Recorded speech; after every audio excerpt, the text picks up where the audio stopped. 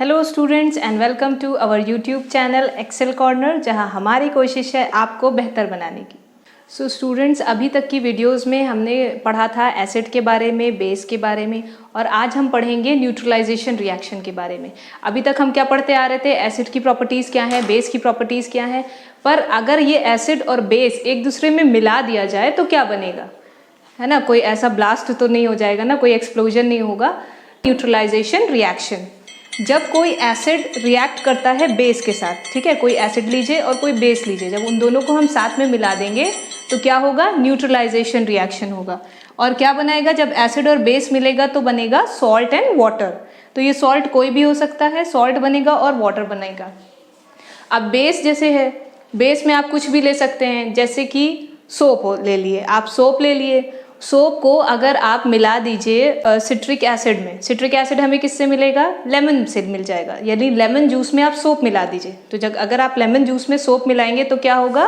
Neutralisation reaction होगा। ये वाला न्यूट्रलाइजेशन रिएक्शन क्यों होगा? क्योंकि जो सोप है वो बेस है और जो आपने नींबू पानी लिया, लेमन जूस लिया, तो वो क्या हो गया? वो एसिड हो गया। तो एसिड और बेस जब मिलेंगे तो न्यूट्रलाइजेशन रिएक्शन होगा। अब हम इसमें एक छोटा सा एग्जाम्पल लेंगे।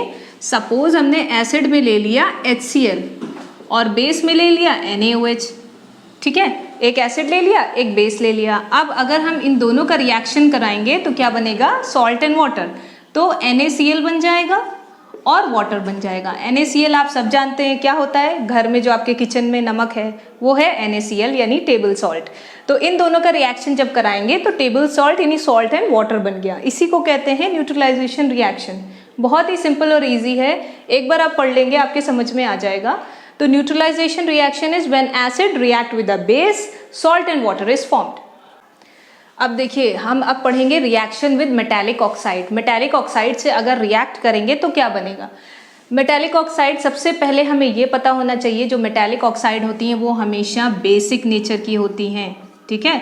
कोई भी अगर मेटल के साथ ऑक्सीजन मिलता है तो वो बेसिक नेचर हो जाता है, ठीक है। तो मेटालिक ऑक्साइड जो होगी वो बेसिक नेचर की होगी।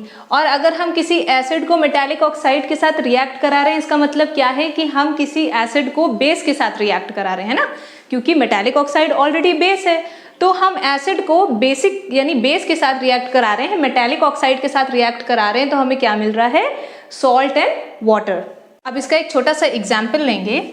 एग्जाम्पल में अगर हम कोई एसिड ले लें, सपोज HCl, ठीक है, HCl हमने एसिड ले ली और उसके साथ कोई metallic oxide, suppose calcium oxide ले लें। कैल्शियम मेटल है, ऑक्सीजन के साथ मेटालिक ऑक्साइड बनाएगा। तो अब ये कौन सा रिएक्शन हो गया? ऑब्वियसली न्यूट्रलाइजेशन रिएक्शन हो गया, क्योंकि ये एक बेस है, मेटालिक ऑक्साइड बेस होती है। तो HCl को CaO के साथ रिएक्ट कराएंगे तो बनेगा CaCl2 प्लस वाटर, ठीक है। तो ये रिएक्शन कौन सी हो गई? Neutralisation reaction. अब नेक्स्ट एक एग्जाम्पल जो न्यूट्रलाइजेशन रिएक्शन का है, उसमें हम पढ़ेंगे reaction of non metallic oxide with base. अब सबसे पहले हमें पता होना चाहिए, जो ये नॉन मेटालिक ऑक्साइड है ये क्या है? ये एसिडिक होती है हमेशा। तो ये याद रखना है कि आपको जो मेटालिक ऑक्साइड होती है वो बेसिक होती है और जो नॉन मेटालिक ऑक्साइड होती है वो एसिडिक होती है, ठीक है। तो जब हम बेस का रिएक्शन करेंगे नॉन मेटालिक ऑक्साइड के साथ, यानी यहाँ क्या हो रहा है? बेस का रिएक्शन एसिड के साथ हो रहा है, तो बनेगा सॉल्ट एंड वाटर। अब इसका एक छोटा सा एग्जाम्पल लेंगे। CaOH होल ट्वाइस, ये सब जान रहे होंगे, ये क्या है? बेस है। बेस का अगर हम रिएक्शन कराएंगे नॉन मेटालिक ऑक्साइड के साथ, यानी कोई नॉन मेटल लें, उसके साथ ऑक्सीजन जोड़ दें, तो क्या बनेगा? Non metallic oxide. तो कार्बन क्या है? नॉन मेटल है, उसके साथ CO2, यानी ये क्या हो गया? Non metallic oxide. तो ये क्या बनाएगा? सॉल्ट बनाएगा, कैल्शियम कार्बोनेट बनाएगा। Calcium carbonate plus water release हो जाएगा, ठीक है। तो ये जो रिएक्शन हुई वो कौन सी हो गई? न्यूट्रलाइजेशन रिएक्शन हो गई, क्योंकि एक बेस रिएक्ट कर रहा है एक एसिड के साथ, सॉल्ट एंड वाटर बन रहा है। अब हम पढ़ेंगे कुछ कॉमन चीज़ें, common in acid and bases, यानी कुछ ऐसी कॉमन चीज़ें हैं जो एसिड में भी होती हैं और बेस में भी होती हैं। तो वो क्या चीज़ें हैं? सबसे पहला, all acids have hydrogen ions, सारे एसिड्स में हाइड्रोजन आयंस प्रेजेंट होते हैं। उसी तरह सारे बेसिस में कौन से आयंस प्रेजेंट होते हैं? OH माइनस आयंस, ठीक है। अगर आप एसिड को वाटर में डिसॉल्व कर रहे हैं तो H प्लस आयन निकलेंगे, और अगर आप बेस को वाटर में डिसॉल्व कर रहे हैं तो OH माइनस आयंस निकलेंगे। तो ये एक बेसिक कॉमन चीज़ है एसिड और बेस में। नेक्स्ट पॉइंट है, H plus ions are responsible for acidic behaviour. जो H प्लस आयंस होते हैं वो एसिडिक बिहेवियर के लिए रिस्पॉन्सिबल होते हैं। सिमिलरली जो OH माइनस आयंस बेसिस में होते हैं वो उसके बेसिक बिहेवियर के लिए रिस्पॉन्सिबल होते हैं।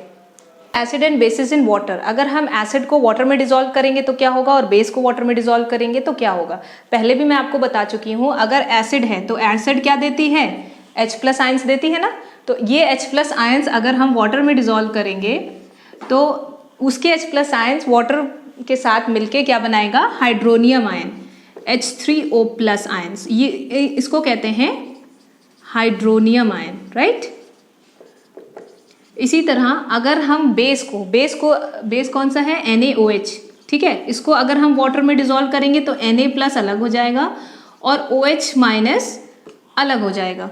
तो बेस क्या होगा? वाटर में OH माइनस आयंस देगा, और एसिड क्या होगा? H प्लस आयंस देगा। क्योंकि H प्लस आयंस फ्रीली ऐसे एग्जिस्ट नहीं करते हैं तो तुरंत वो क्या करेंगे? वाटर के मॉलिक्यूल के साथ रिएक्ट करेंगे, और जब वाटर के मॉलिक्यूल के साथ रिएक्ट करेंगे तो वो हाइड्रोनियम आयंस बना लेंगे।